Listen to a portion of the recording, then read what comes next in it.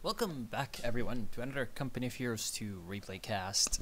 And this time, it's gonna be a 4v4 on, not at a Bruck station, no, not Gelsenkirchen Refinery, Essen Steelworks, alright.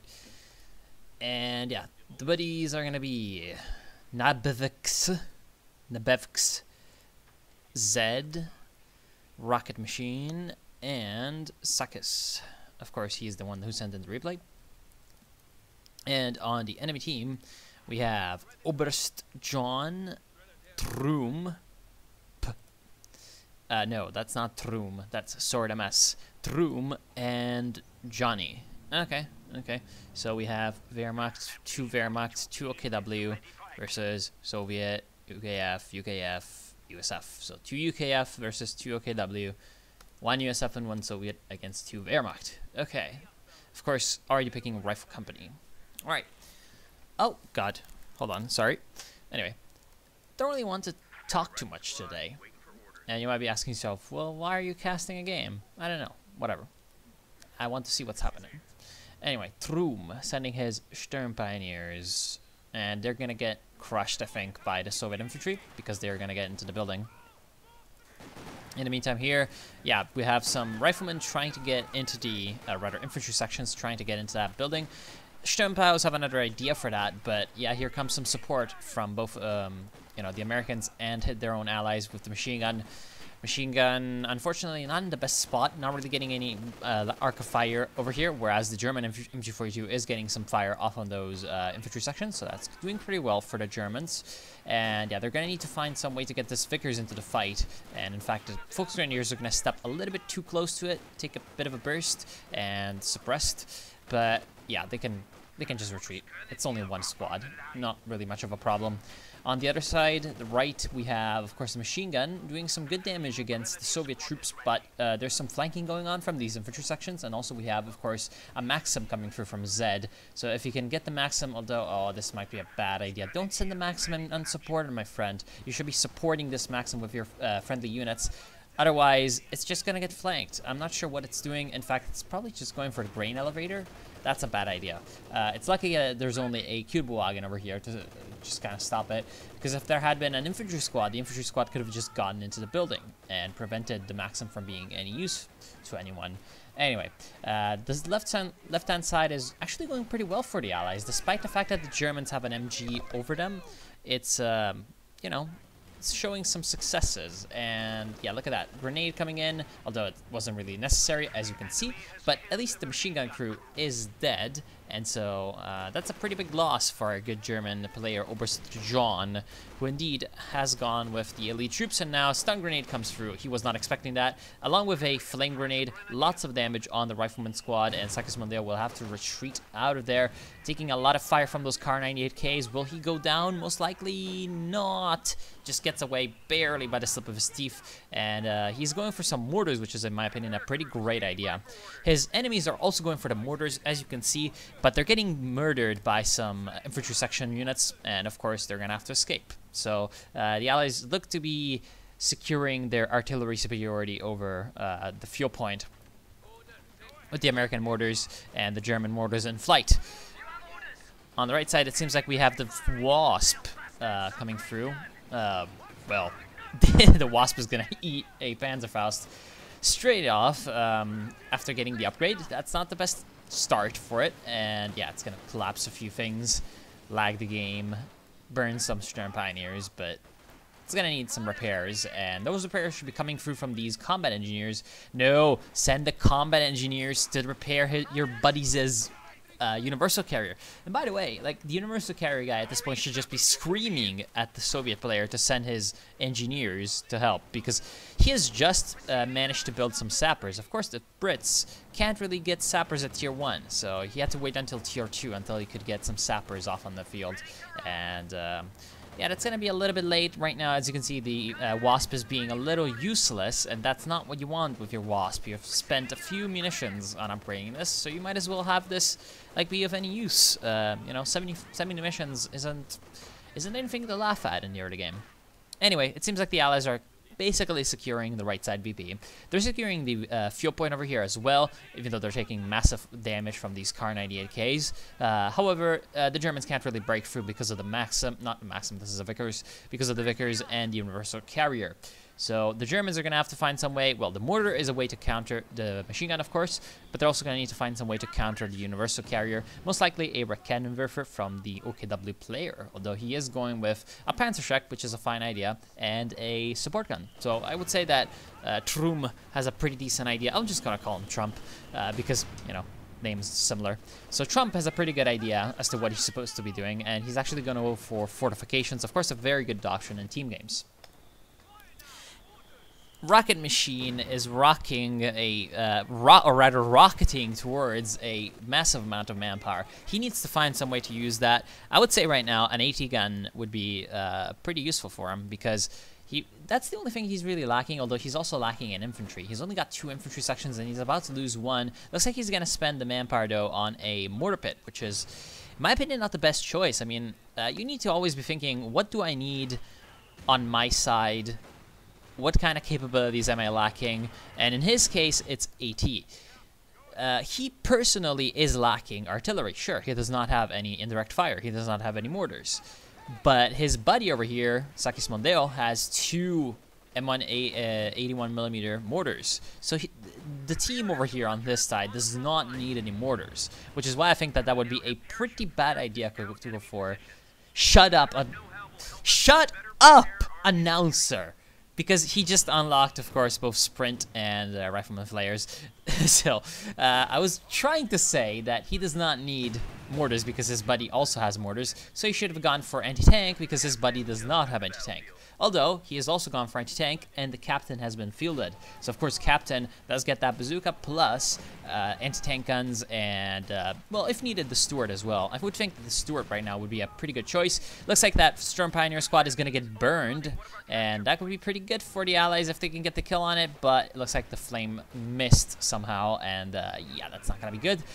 Speaking of flames, here comes the reason why you needed an anti-tank gun. So here comes the flame half-track. Of course, yeah, even though the OKW player did not go for any anti-tank, or rather tanks, small light vehicles, Lukes, flak half-track, any of that, just because he did not do that doesn't mean that anything of this sort is not going to happen. Of course, here comes the flame.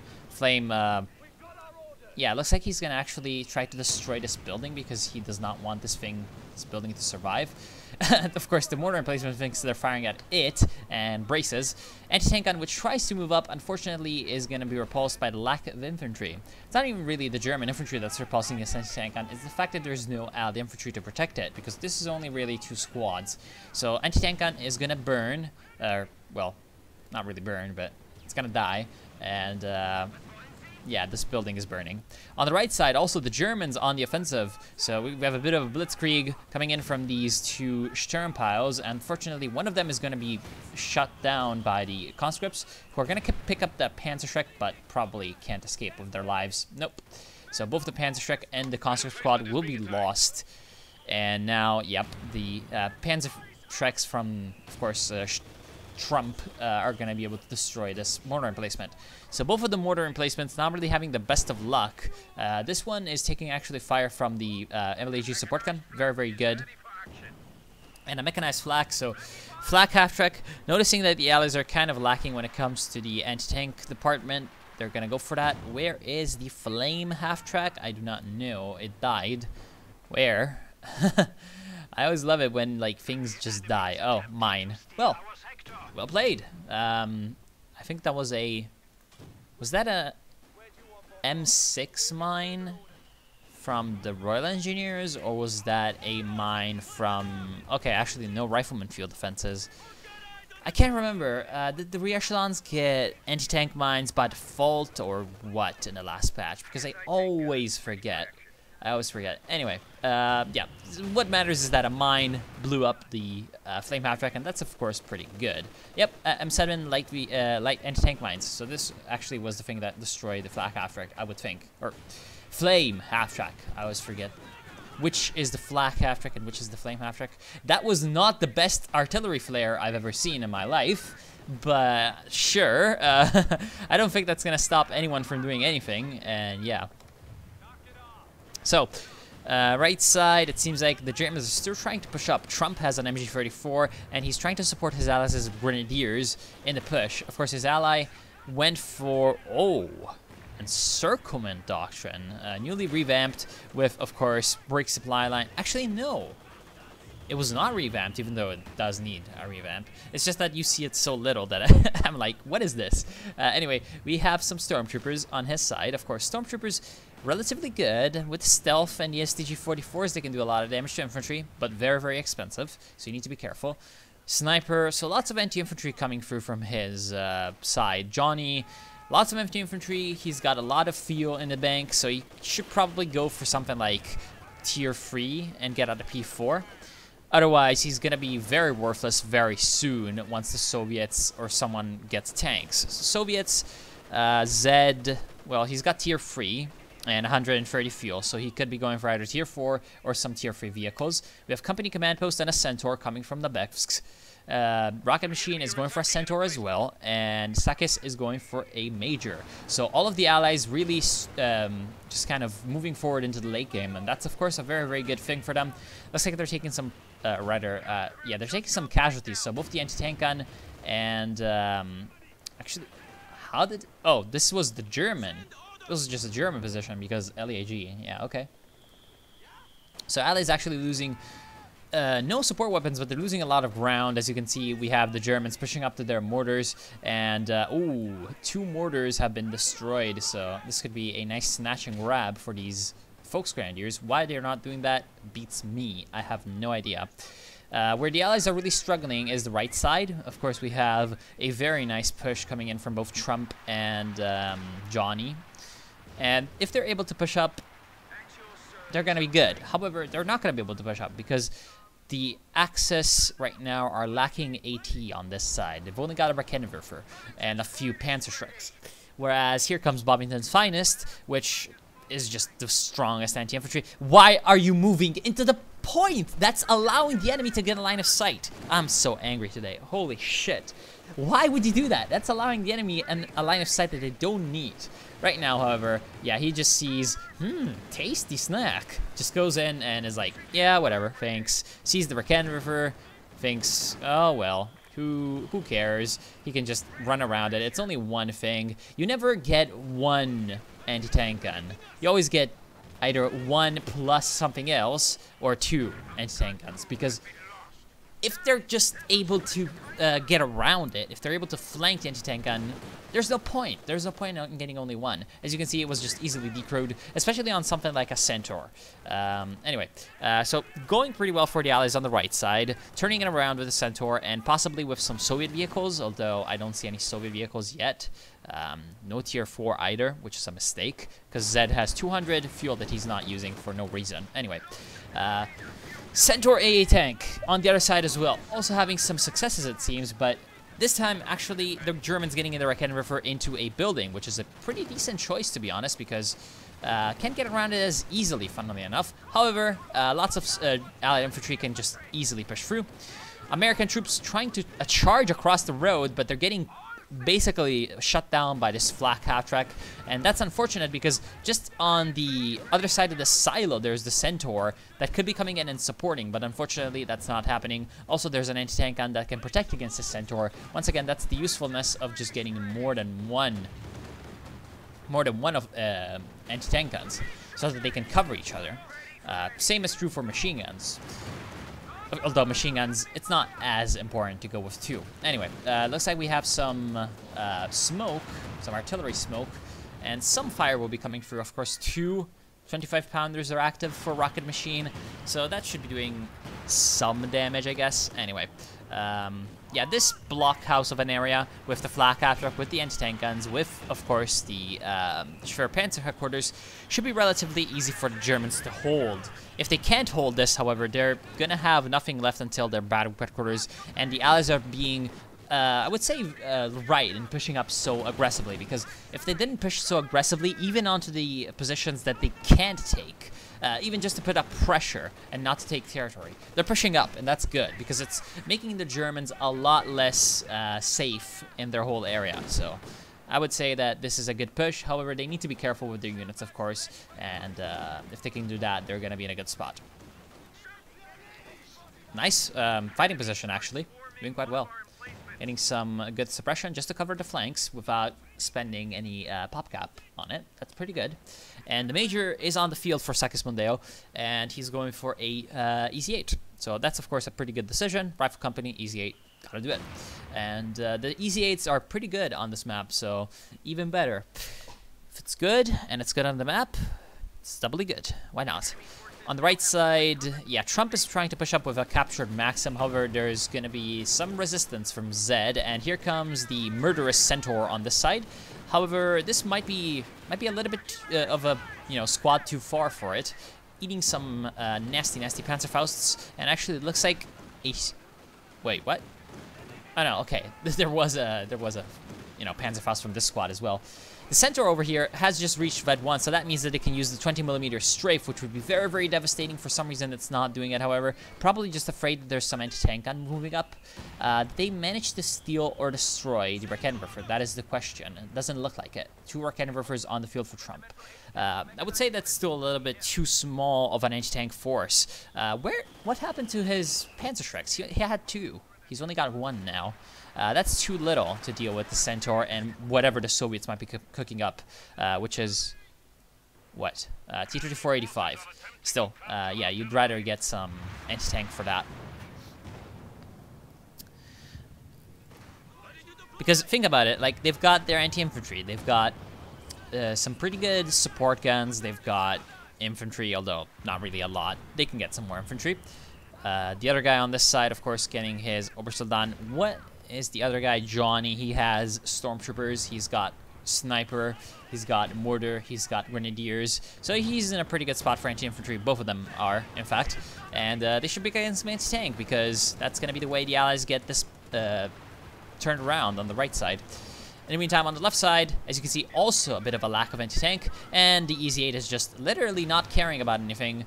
Comes around, destroys the flak half-track, and now he can get some good damage off on the Schwer Panzer headquarters, although he's shooting at the machine gun in the building. Yeah, that's not the best choice. In fact, here comes a Panzerfaust. This could be pretty bad. In fact, yeah, this Easy 8 is likely to go down and die, because here comes those 2 anti-tank guns pushing up. For some reason, though, the Grenadiers are not pulling a Panzerfaust on this guy. Not using the Panzerfaust, a very bad move, and the Easy 8 is gonna craftily use the smoke to get out. Yep, that was, sometimes trains just depart and you miss them.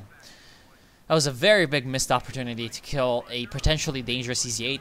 Not just because of the Easy 8 in and of its own, although the Centaur might go down. What? No! Why did you fire a rifle grenade at the Centaur instead of firing a Panzerfaust? What? Why, Oberst John? You are relieved of command and you have been executed by court-martial. What the fuck was that? No! That's not how it works. Anyway, yeah, because, not just because of the Easy 8. The Easy 8 is going to proliferate, and soon enough there's going to be 2 Easy 8s, because as you can see, Sigismundeo has 135 field, which is enough for a second one. Is it? Have I just... 140, sorry. Not enough, but in a little bit, after he has finished, of course, getting that support gun, and he gets some... Sorry, not support gun. It's a pack howitzer. After he finishes that up, he's going to have a relatively good time saving up some manpower. He's got enough pop cap, 68 out of 100. He can get some more Easy 8s. And guess what? 2 Easy 8s doubly as hard to deal with than 1 Easy 8. And on the right side, as you can see, the Centaur is doing still very, very well. The Axis are really lacking in AT. And at this point, they're starting to lack in the infantry game as well. The only thing that they're doing relatively decently is this indirect fire artillery game. However, even that aspect just alone, it's not going to be enough, because as you can see, here comes a combined arms assault on the right side. They're going to be able to push up with their nasty infantry, their centaur. The anti-tank gun is not going to be enough to stop all of this, though, on its own. As you can see, it can do some damage to the centaur, but the infantry is still around, and the infantry can push up and do some damage. Although, they need some extra support. Where is it? There it is, the Katyusha. I was thinking, where is the tier 4 units out of Z? And that's exactly where they are. Here comes the Katyusha barrage, most likely here. Wait, what? Oh, very much in the rear, and it's gonna clip a few units and actually wipe out that anti-tank gun crew, which is better than you'd expect, because that was a veteran 1 anti-tank gun crew, so no more target weak point. That's a very, very nasty ability. In the meantime, center, it looks like the center centaur is doing quite well, and it's pushing up, also providing some pressure against the right side Germans. And as you can see, the Allies finally getting some good coordination going between the two sides, helping each other out and doing some work. The Germans have been treating this 100% as a double 2v2 kind of game. 2 guys on the right side all the time and 2 guys on the left side all the time. Seems like both of these sides are starting to open up to some clever maneuvers, or maybe not even clever, just unconventional maneuvers. As you can see, Comet and Panther duking it out over the center. Yeah, I would say that the Comet has some pretty good advantages over here because of the extra support that they can get on the right side. Although, here the Panther is retreating back to base, so the Panther is going to have some, you know, some advantages when it comes to that. So, yeah. When it's in the Panther's home turf, the Comet does not want to fight, probably. Second Comet, however, probably changes the whole balance of power slightly.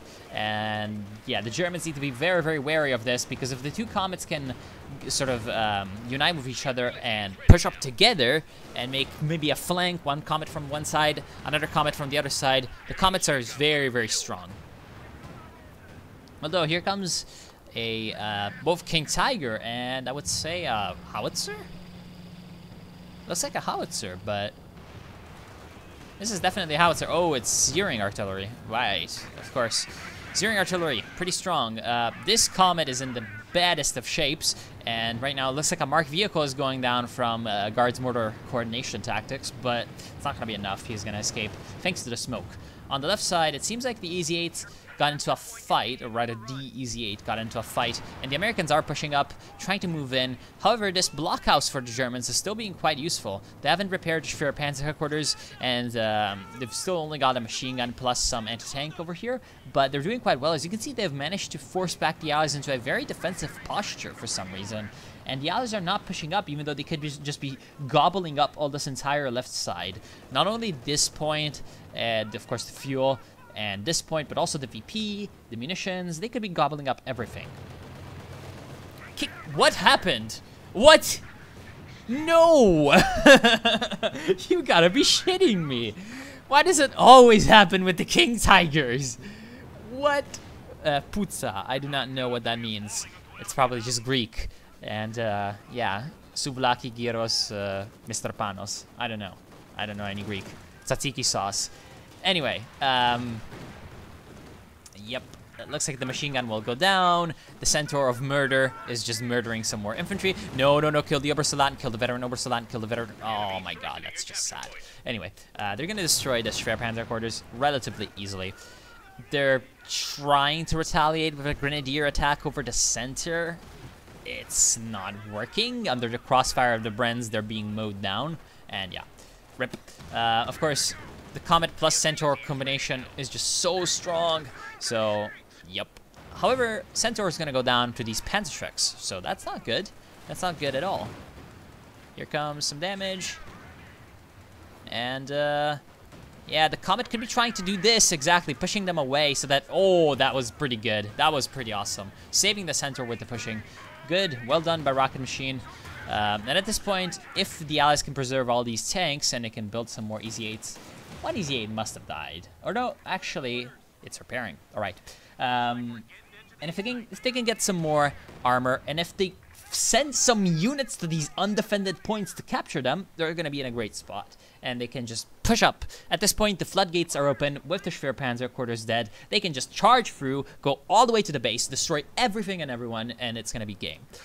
On the right side, they've still got some stuff up, although they've lost their King Tiger like idiots. So Trump sending in the King Tiger absolutely without any support, because if a T-3485 had gotten behind him, he had no support.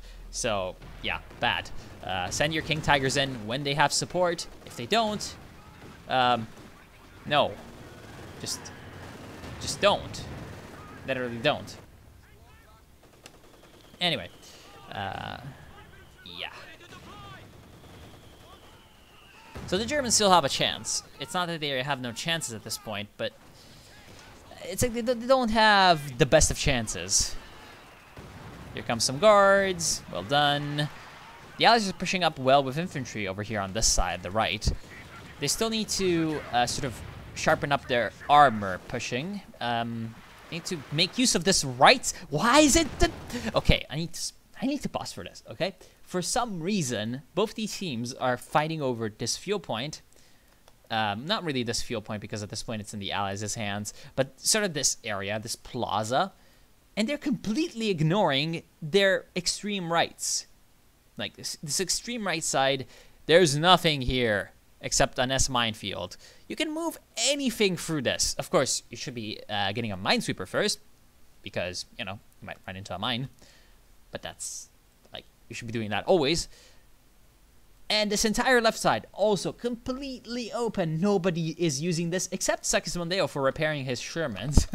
He's built them, like, it's like he knows there's nothing here. So he sent the Shermans in as a, I guess, sent the Shermans there just to repair, because it's like, yeah, no one's gonna get there and trouble you. Oh god, you should be using every part of the map to your advantage, of course. If there's a part that you can send your units in, they're gonna be pushing through unguarded. Might as well do that. Anyway, here comes some kind of nasty artillery strike. Looks like a zeroing artillery, so that's a double fortifications doctrine. Of course, yeah, not sure about that. Although, wow, zeroing actually does damage to the engine. I didn't know. Wow. Still, it's not doing the most amount of damage, and now, as you can see, they can push in. Oh wow, that was a nasty grenade. Well done to these Sturm Pioneers, getting the wipe off on that. I believe it was an infantry section. It might have been sapper, but no, it was actually an infantry section, because he's rebuilding an infantry section, so most likely he has lost an infantry section. And right now, the German infantry is pushing up without the support of any armor. The armor is late, so they take a massive amount of damage and waste their lives for nothing. Now the Panther, when it pushes in, it's going to be without its own infantry support, except one Panzerschreck squad, of course, Panzer Grenadiers, and one, of course, Raketwerfer down here.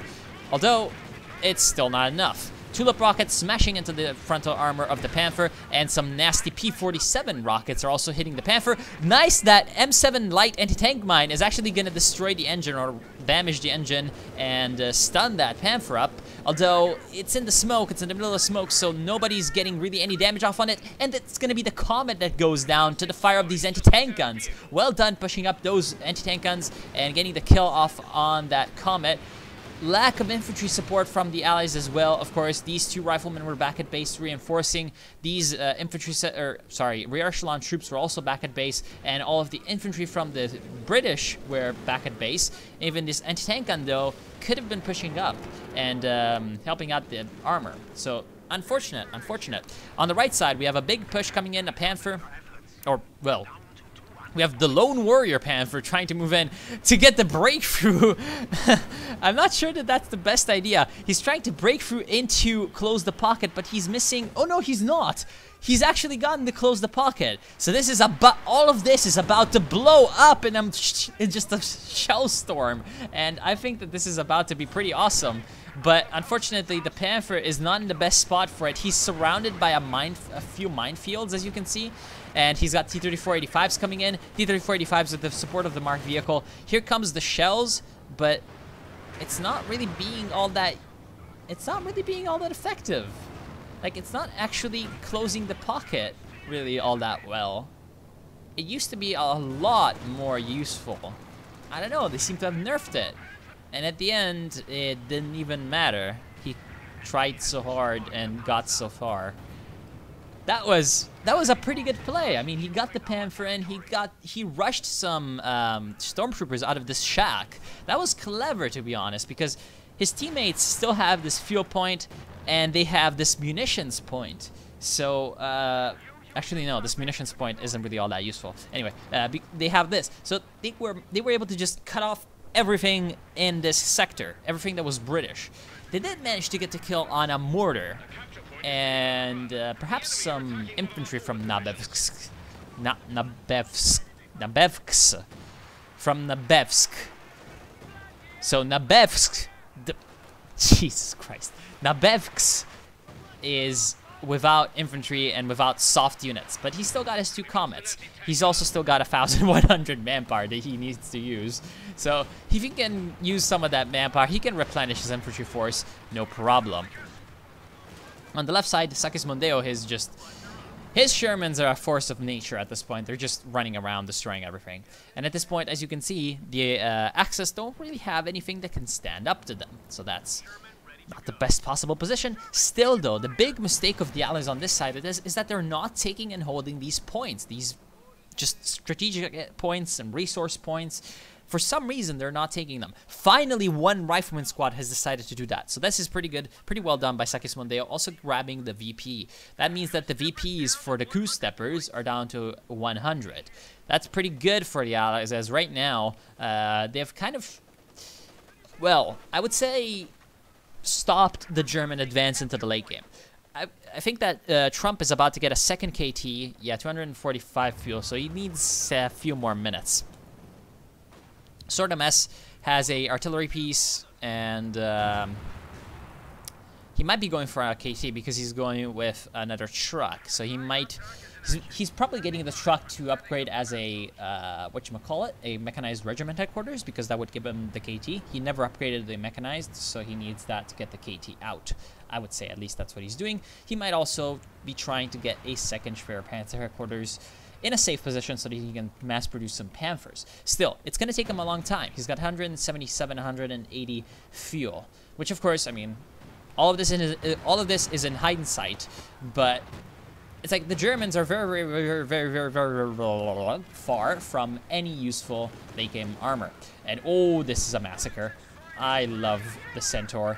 So Bombington's finest gonna really destroy a lot of German infantry. Switches his 20mm rapid-fire autocannons to the poor Sturm Pioneers, and so, yeah, they have to escape. Actually, interesting push from these Obersoldaten is going to be doing a lot more, I guess, I don't know, disruption to the British plans than they would have wanted. For some reason, Rocket Machine is really not going with any infantry, despite the fact that he's got 1,300 manpower. Spend some of that manpower.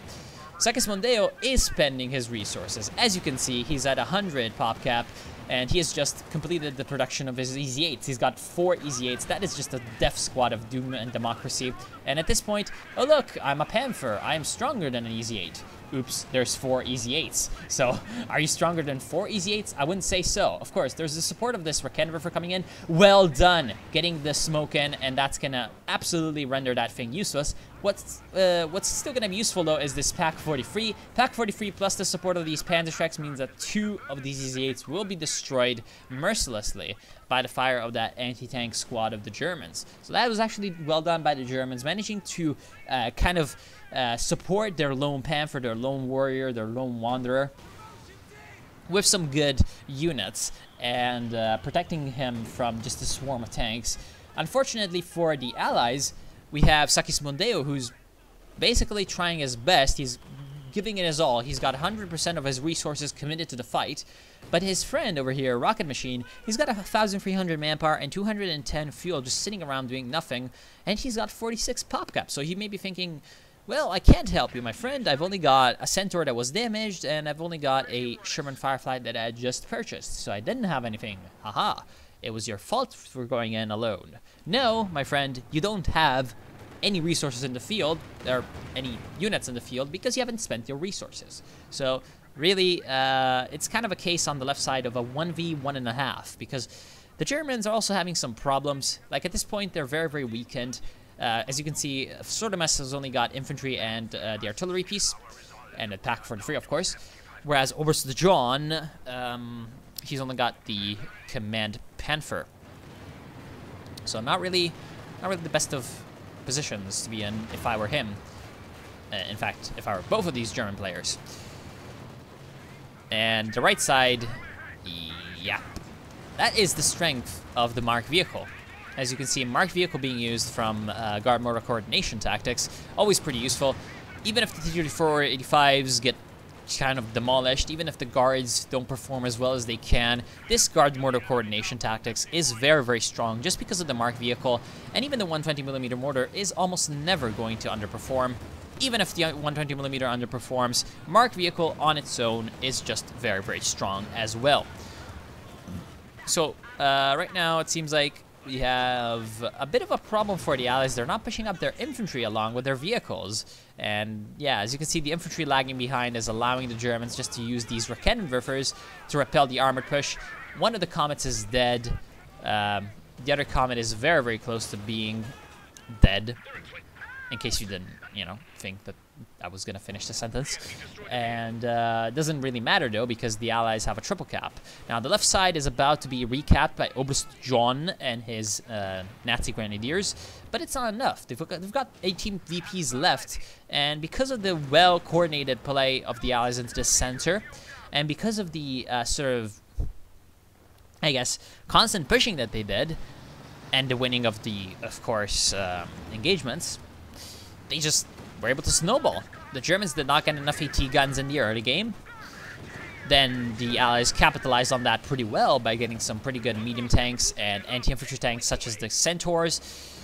And of course, after that, the Nazis were not able to recover anymore. And well, even when they got like their big sort of late game units, they started to waste them. Like they wasted the KT. They didn't really use their Panthers all that well, and otherwise they were very, very underwhelming in the using of their vehicles, so they were never really able to use that advantage that the Axis have to turn it around.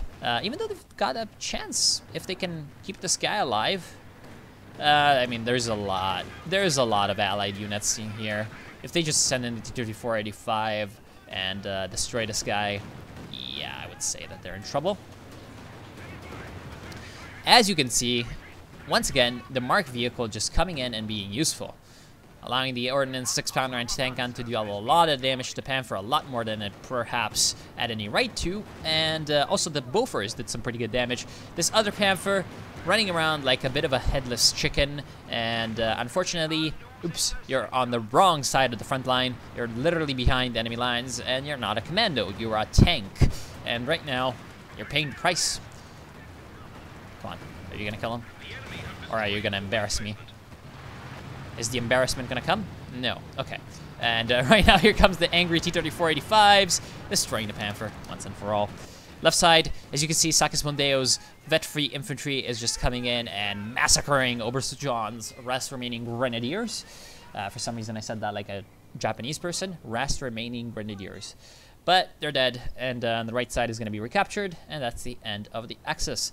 So, I want to thank you all for watching. I also want to thank Sakis Mondeo for sending in the replay. As always, reminder, every once in a while, I do like to remind you guys that if you want to send in your replays and, you know, have the games casted, just do that at a email right nearby you, at a store right near you.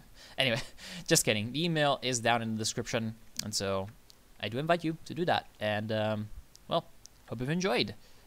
Otherwise, if you didn't enjoy, you're like this guy. So yeah, I'll see you soon.